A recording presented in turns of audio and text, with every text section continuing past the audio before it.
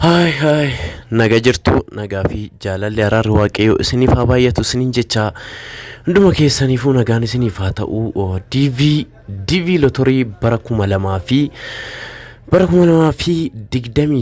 way akka Itoophiyaatti bara 2017 eegalee jira jechuudha.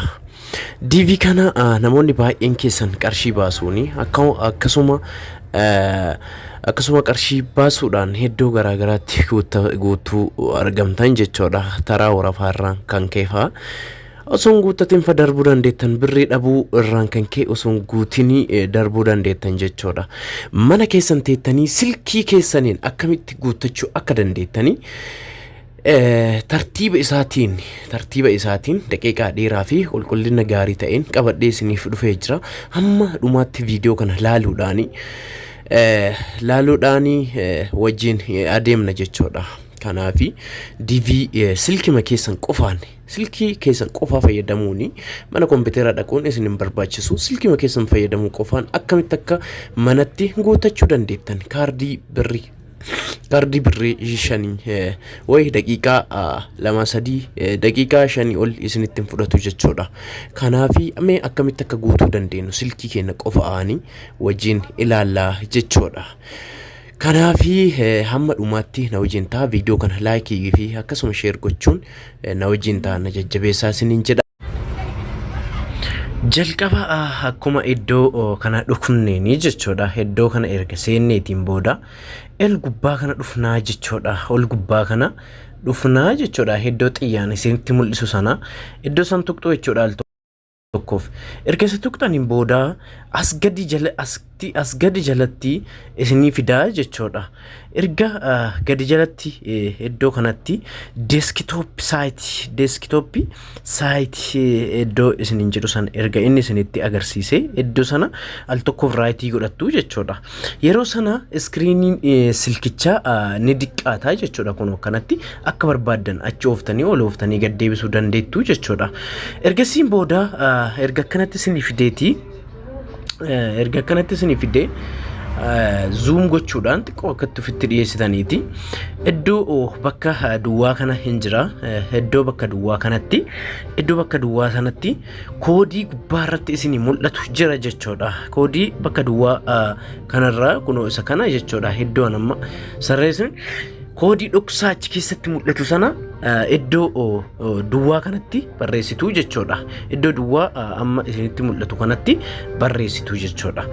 Koodiin kun amma fakkeenyaa fi koodii B ispeelingii guddaana T jedha, E jedha, deebee yaa jedha, jaa jedha, deebee waa jedha, daa jedha jechuudha. Achi keessatti isinitti agarsiisumaafi innaa erga koodii san guuttanii kaataniin booda koodicha akkas guuttanii kaataniin booda iddoo duwwaa akkana guutuu dandeettan kan isinii fidaa jechuudha. Iddoo duwwaa kanneen kun akkuma amma asirratti argitan kana last name jedha, last name, first name akkasuma middle name jedha jechuudha. Kun akkuma asirratti isin mul'atu kana jechuudha. Ergasiin booda jalqaba irratti fi an haa guutee isinitti agarsiisaa qo'a. Nama guutaaruufis wajumaan laalla jechuudha. Akkasuma maqaan nama guutaaruufis caaltuu jechuudha. Guutee jechuudha. Kunoo kanatti jalqaba keessanii maqaa kaakayyuu jedhee itti aansee maqaa keessan itti aansee maqaa abbaa keessaniiti. Itti aansitanii ammootu shamara yoo taate fiimeeliidha. Dhiira yoo taate immoo meelii irratti tuqxa jechuudha. Sadarkaa lammaffaa irratti jechuudha. Kunoo lammaffaa irratti ammootu jechuudha. Lammaffaa irra isa kana sin gaafata. Achiin booda yoo shamara taatee fiimeelii tuqxaa, yoo dhiira taate ammoo meelii tuqxee bira dabartaa jechuudha. Fiimeeliidha namni guuteef kun waan ta'eef fiimeelii. Amma iddoon isin itti of eeggachuu qabdan sirriini iddoo kana jechuudha. Iddoon kuni iddoo barbaachisaadha jechuudha. Akkasuma guyyaa dhalootaa fi bara dhalootaa fi waggaa dhaloota keessanii isin gaafata jechuudha.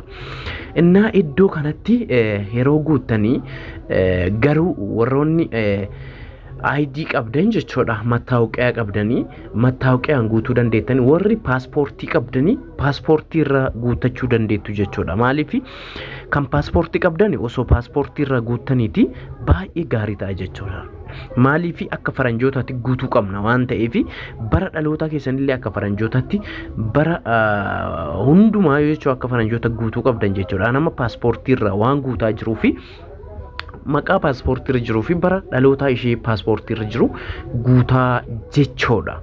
Kanaaf hojii itti deemna. Ammas na wajjin ta'a isiniin jedha.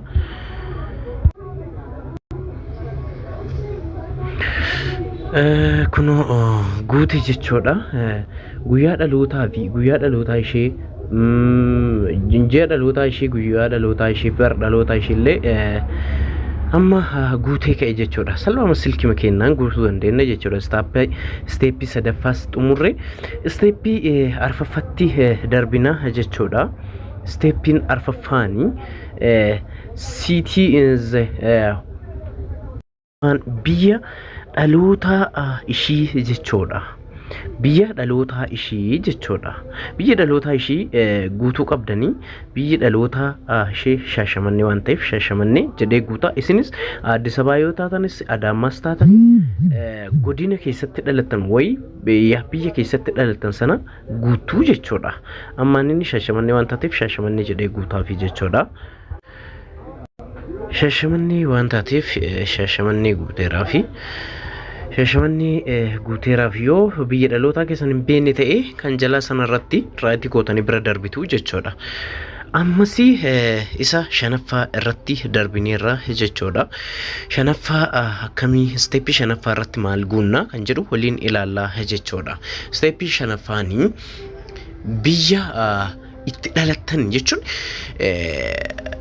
biyya keessan jechuudha amma fakkeenyaaf Itoophiyaa waan taateef Itoophiyaa jedhee guutaa jechuudha biyya keessa jiraattan jechuu jirtan Itoophiyaa waan taateef Itoophiyaa jedhee guutaafi jechuudha yeroo isin akkanatti iddoo sana tuqxanii akkanatti isiniif baha jechuudha Itoophiyaa soqxu Itoophiyaa barbaadanii Itoophiyaa jettanii raayit irratti gootu wadaa kun nu bahee jira jechuudha Itoophiyaadha እና erga Itoophiyaa jettanii steepii jaffaarratti Itoophiyaa jaffaarratti Itoophiyaadha hamoo Suudi Arabiyaa way biyya keessa jirtan irratti raayitii godhadha way yessi way biyya keessa jirtamoo biyyaan duuba jirta waan jedhu isa filatta jechuudha no way yes jettaa jechuudha yoo biyya keessa hin jiraanne ta'e no jetta yoo biyya keessa jiraatte yes jettee darbitaa jechuudha nama yes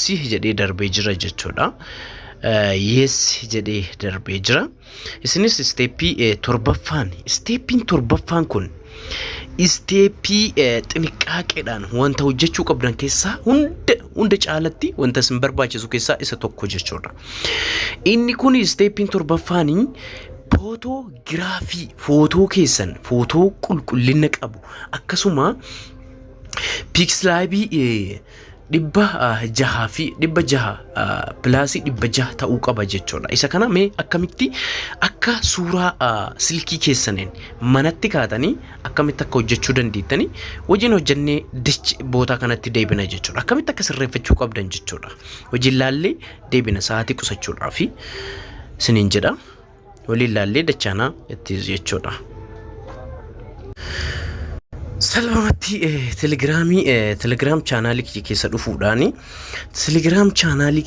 dhufuudhaan asitti telegram channel kiyya keessa dhufuudhaan yoo dhuftanii jettan salphamatti ni argattu jechuudha application'icha suuraa DV lottery ittiin sirreessuu dandeenyu kunoo akkana jedhee isiniif kaa'ee jira aappii kana fayyadamuun DV bara 2026 guddina suuraa fi baay'ee salphatti sirreessuu dandeenya waan jedhu asitti isinii kaa'ee jira jechuudha isa kana laaluudhaan suura applicationii kana iddoo kana buufattu jechuudha iddoo kana tuqxaniitu yeroo inni akkanatti naannee asitti qoxaree 100 isinii buusee jedhe irratti tuqxu gadi install gootanii gadi buustanii qafootti gadi buustanii kaatanii achiin booda qafoo irraa open jettanii keessa seentanii suuraa keessan itti galchitu jechuudha. Amma as isa appilikeeshinicha mee buusee jira jechuudha. Kun updates minaamin jechuu danda'a. Innaa akkasitti tuqxanii gadi buustan jechuudha.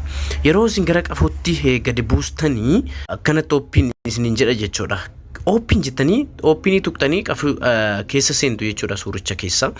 Erga suuricha keessa salphamatti akkanatti seentaniin booda akkuma as keessa seentanii new photo isa jedhu sana al tokkoof tuqxu jechuudha. Hedduma an xiyyaadhaan isinitti mul'isu gizee tokko jechuudha. Isarratti gizee tokkaaf kilikii gootu jechuudha. As keessa footoo DV'f ta'uu akkasuma wantoota garaagaraatiif wantoota ta'uu danda'an ID akkasuma ta'uu waan garaagaraatiif ta'uu danda'ani asirratti isin fiduu danda'a jechuudha. Yoo paaspoortii fi hojjechiisuu yoo barbaaddani isarratti tuqxu jechuudha. Yeroo isarratti tuqxani isinii bahaa inni isin fida support akkasuma isin ofii isaati isin gammachiisa isin hojjete jechuudha. Isa dhiistanii amma isa dhiifnee nuti maal goona as gara jalatti dhufnaa jechuudha. Add your when size keessa jedhu kana tuqxu jechuudha. Al tokkoof yeroo isa isin tuqxanii achiin booda iddoo fakkeenyaa fi unit iddoo jedhu gubbaarratti isa kana jechuudha. Isa kana iddoo sana dhaqxaniitu maal tuttu maal arguu qabdu majammaraa jalqabarratti jechuudha. Asitti isa tuqxanii pixlab isa jedhu irra jiraachuu irgite godhachuu qabdu jechuudha. Erga isarra jiraachuu argitaniiti pixlab 600 gochuu qabdan jechuudha. Saayizii suuricha isarra galchuu qabdan. Asii fi iddoo sanaa fi iddoo duwwaa kanatti jechuudha. Iddoo kanneen lamaanitti jechuudha. Fakkeenyaaf iddoo duwwaa lamaan kanatti erga 600 isa jedhamu erga guutaniin booda amma 600 jettanii guutanii asittis 600 jettanii guutuu jechuudha. Yeroo isin 600 jettanii guutanii akkasii achiin booda sarara kanas argaa jirtu jechuudha. Sarara kanarrattis maal gootanii ila akkasitti sochoosuudhaan 65 hamma 70tti akkas gochuu qabdu jechuudha. Amma 65 irratti dhaabee jira jechuudha. Erga 65 irra dhaabdaniin booda itti aansiniiti gara jala dhumaa kanarrattis jechuudha. Iddoo amma isin argitan kana ammootu ni balleessina jechuudha. Isaan kanniini diileet goonee balleessina.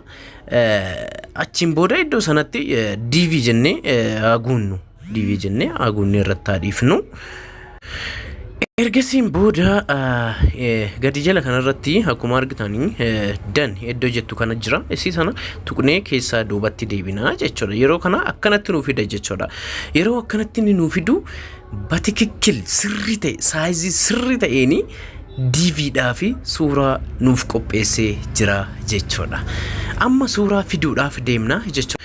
Footoo keenna way kan manatti kaane way mana footoo deemne kan kaane isa sana silkii keessa seennee gadi silkii keessa seennee fidanna jechuudha. Asitti yeroo fidannu bakka ofii isaatiiyyuu nu hojjete gubbatti nu ba'a. Achiin booda gadi buunee gara jalaa kanatti kaameraa fi akkasuma gaalaariin jira jechuudha. Kaameraa fi gaalaariin jira. Kaameraaf gaalaarii kana keessaa isin kan filachuu qabdan gaalaarii jechuudha. Maal suuraa qara qopheeffatan waan qabdaniif gaalaarii keessaa fudhannaa jechuudha. Al tokkoo fi irratti yoo tuqne jenne suuricha irratti tuqadhee fidaa jechuudha. Suuricha nan tuqadhee fidaa jechuudha. Pirooses ofii isaatiiyyuu godhee naa baasaa jechuudha. Garjala kanatti ammootu fakkeenyaaf egaa inni akkanatti fixuu waan deemaa jiruu fi startii editing kan jedhu kana al tokkoof isa tuqnaa jechuudha. Al tokkoof isa kilikii goona jechuudha. Ofii isaatiiyyuu sirreessa waan ta'eef. Erga isa tuqne akkuma argitan kana jechuudha. Suurichas nu sirreessee jira. Naa sirreessee naaf kaa'ee jira jechuudha. Naaf sirreessee naaf kaa'ee jira. Taansee sirreessee jira jechuudha. Amma nuti saayizii isaa saayizii gubbaaf jalaan jechuudha. Gubbaaf jalaan akka saayizii isaa sirrii nu taasisuu fi ammallee itti deemna jechuudha. Gubbaa kanarrattis akkuma argitanii next jechi jettu jirti jechuudha. Next jechi jettu jirti. Ishii isa sana al tokkoof ammas kilikii goona jechuudha. Isa sana ammas yeroo tokkoof tuqnaa jechuudha.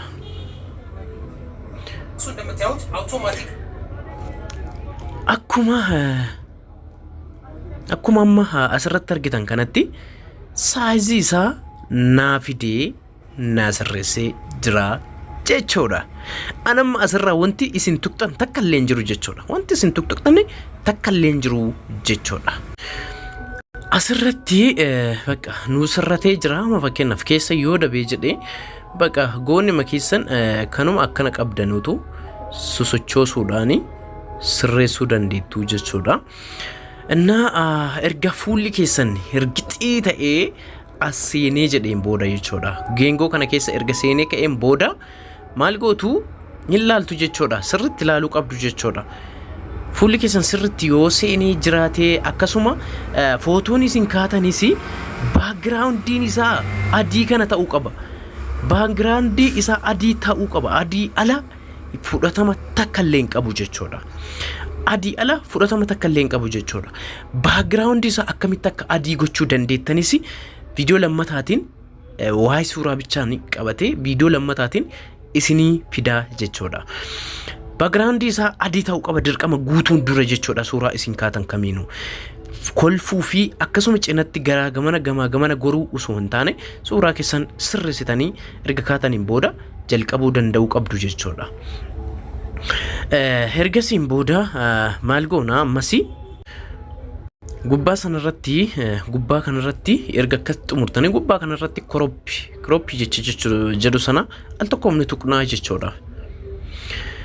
Akkuma argitanii suuraa DV'f ta'u sirriitti saayizii isaa sirreessee naaf kaa'ee jira jechuudha. Dogongora tokko malee bakka wanti shakku wanti waa'ee suuraati wal qabatee na shakkisiisu tokko illee hin jiru jechuudha.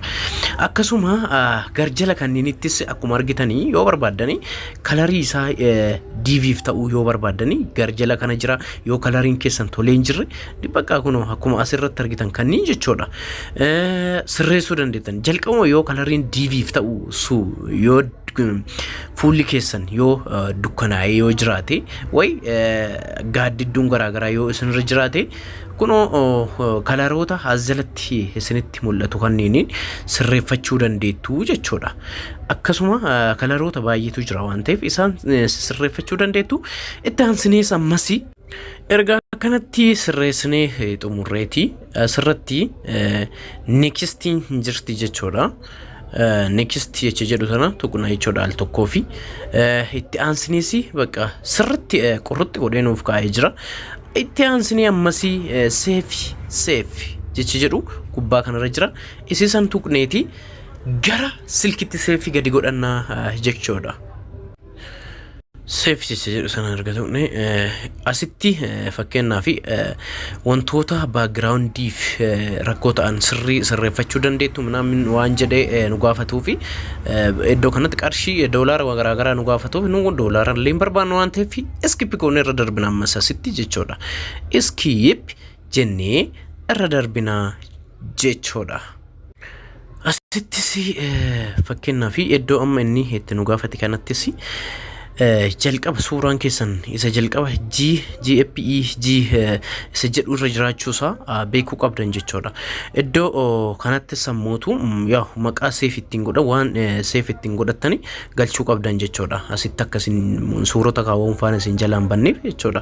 Isa balleessitanii salphumatti maqaa barbaaddan galchuu dandeettan jechuudha. Amma isarratti dhiiseera. Bakka ergasiin booda maal iddoo kanattis wanta jalatti sirreessitu qabdan jechuudha. Iddoo amma sararaa kanarratti 240 darbuun qabu jechuudha. 240 achi gadis 100 yoo ta'e sirrii miti. Amma iddoo kanattanii xiqqooma bakka xiqqooma tuttuqxanii 240 amma 30 akkasiillee gochuu dandeettan jechuudha. Anamma shiimee suutuma tuttuqee tananii sirreessu sirreessu 200 bakka finni jechuudha. Amma mootuu garjala kanarratti seef jecha jettu jira jechuudha. Gadi kanarratti jechuudha. Iddoo seef jettu sana al tokkoof tuqxanii baatu jechuudha. Erga isa tuqxaniin booda dan waan ta'eef hamamee gaalaarii keessa seennee waliin laalla jechuudha. kunooti jechuudha haalaan barbaaduun jira jechuudha kunoo amma isa kana deemnee iddoo qarabaanitti guunna jechuudha steepii torbaffaa irratti jechuudha na wajjin ta'a. Steepii torbaffaa kanarratti guunnaa jechuudha fakkeenyaaf iddoo kana dhuftanii al tokkoof kilikii gootu jechuudha. Isa erga kilikii gootaniiti footoo gaalaarii keessa seensisa yeroo inni akkanatti isinii fidee jedhu as dhuftu jechuun silkii akkaataa garaagaraatti isinii fiduu danda'a kaameraa namni jechuu danda'a jechuudha. Galfadhe jechuudha suuricha itti aansee ammuutu iddoo wasaanyiin tokko tokkos jiru jechuudha steepii saddeetaffaarra geennee jirra. Amma itti aansinee magaalaa namni kun keessa jiraatu guunna jechuudha. Jalqaba irratti option waan ta'eef irra darbitu address line kan jiru kana guunna jechuudha. Address line kuni magaalaa keessa jirtan jechuudha. Magaalaa keessa sa'aatii kanaaf keessa jiraachuu dandeettanii jedha jechuudha. Inna fakkeenyaa fi guutuu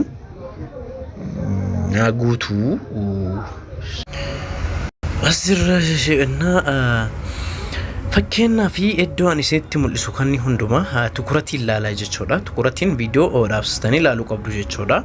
Nama guuteera itti aansanii iddoo isheen itti dhalatte way iddoo itti dhalattanii sana guutuu jechuudha. Fakkeenyaa fi iddoo itti dhalattanii fi magaalaa keessa jiraachuu barbaadda way magaalaa keessa jirtan sana guutuu qabdu jechuudha. Kanallee akkasuma siitii to'anii akkasuma baqa akkanumatti tartiiba kanaan yoo ilaaltani poostaalii amma poostaalii magaalaan baay'een qabu yoo Finfinneetii fi Adaamaatiin ala isa kanneen guuttanii erga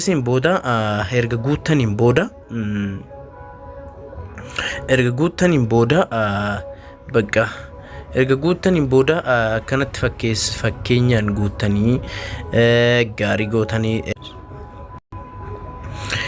isa kanneen akkanatti guutuu qabdan jechuudha. Waan an guute kana magaalaa keessanii faana guutuu qabda siitii magaalaadha. Gannitti herkii maal waan jiru kanneenis akkanatti fakkeenya kanaan guutan taanaan wanti isin dogongortan takkallee hin jiru. Gmailii namni kun ittiin argatamu way faana haasofne yeroo fakkeenya akka abdiqaa naalabaata isin dhaqqabuu danda'a yoo isin dhaqqabe jedhe karaa gmailiitiif lakkoofsa bilbilaatiin isin dubbisu jechuudha. Inni kun ni namoota sadarkaa barumsaa keessanii maal hojjetaa jirtu doktoreetii yoo ta'e akkasuma baqa waa'ee barumsaatiin wal qabata jechuudha. Isaan kanneen keessaa yoo barumsa high school way digirii keessa yoo jiraatanii kun asirruma jira digirii keessa yuunivarsiitii yoo jiraata yuunivarsiitii sadarkaa meeqaffaa keessa jirtanii garuu namoonni guutanii warroota barumsa kutaa 12 dokumentii qabdanii fi akkasuma warroota barumsa kutaa 8-7 minaamin kanneen ganaa barataa jirtan guutuu hin danda'amu jechuudha. Guutuu illee dandeettan garuu rakkina guddaan qabu carraa keessa mokkoruun gaariidha. Asitti amma iddoo 13ffaa kanatti fuutaniittanii heerumtaniittanii ilmoo meeqa qabda addaan baatammoo walii jirtammoo akkas gaafisanii jechuudha. Kana kanneen waan ta'eef kanneen itti dhiistaniituma kan jalqaba kan ilmoo hin qabne kan akka koosingilii taatan ammoo jalqabaa kanarra kilikii gootanii jechuudha. Isiniin jedha. Isa jalqabaa kanarra egaa kilikii gootaniiti gad buuna. Kanneenis yeroo itti aanu irratti isinii fi inni 14ffaan ammootu yaa fuutanii ilmoo meeqa qabdanii jedha. Fuutanii warra maatii waliin guute jechuudha. Fuutee ilmoo meeqa qabdaa jedha. Namni kun heerumtee way maal waan akkasii keessa waan hin jirreef zeeroodha waan ta'eef zeeroo jedhee galchaaf.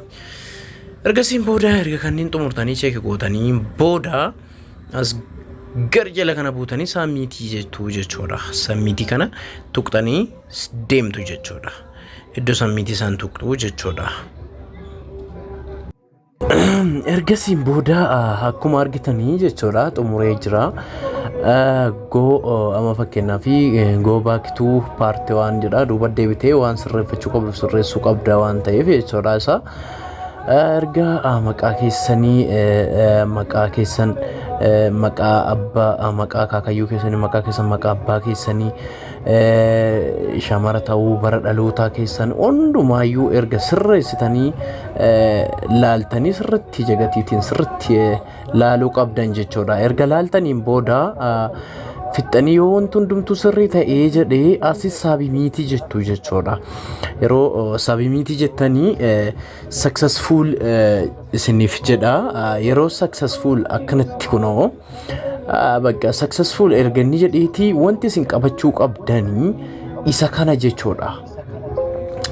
Koodii kana qabachuu qabdan confirmation koodii kana qabachuu qabdan jechuudha. Baminim taamiri kanni hundumaa koppii godhatanii qabachuu qabdan way screenshot gootanii qabachuu qabdan way printerii yoo qabaatan print gootanii baasuu dandeettan jechuudha. Inna isa kana waan ta'eefi amma isin kana yoo qabatanii jechuudha isa kana dirqama qabachuu qabdan jechuudha. Confirmation keessattuu confirmation koodii kana jechuudha kunoo isa kana qabachuu qabdanii erga isa qabattanii yeroo lotoriin gadi lakkifamutti confirmation koodii isa kana galfattu jechuudha. Kana isiniin jedha. Videoon keenya har'aa kana fakkaataa isiniin jedha. Nagaa naa turaa turtii gaarii isiniif haa ta'u. Viidiyoo lammaffaa waa'ee suuraa wal qabatee wantoota tokko tokko sirreessuu qabdan wal qabatee isiniif fida.